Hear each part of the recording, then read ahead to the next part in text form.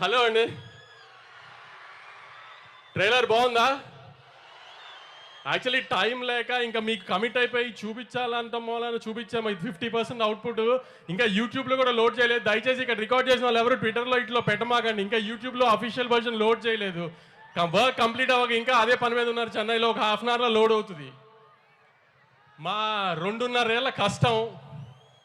గౌతమ్ నేను 2018లో జెర్సీ తీసి national award ఇదంతా అయిన తర్వాత నుంచి గౌతమ్ 5 ఏళ్ళ నుంచి కష్టపడి రాసిన కథ ఒక 2.5 years నుంచి ప్రొడక్షన్లో ఉంది.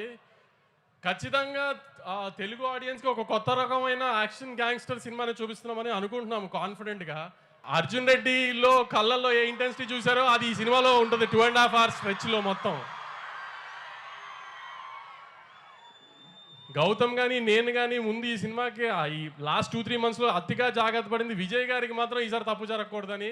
దానికి మేము 100% ఎఫర్ట్ పెట్టాము. మంచి అవుట్పుట్ ఇస్తున్నామని అనుకుంటున్నాము.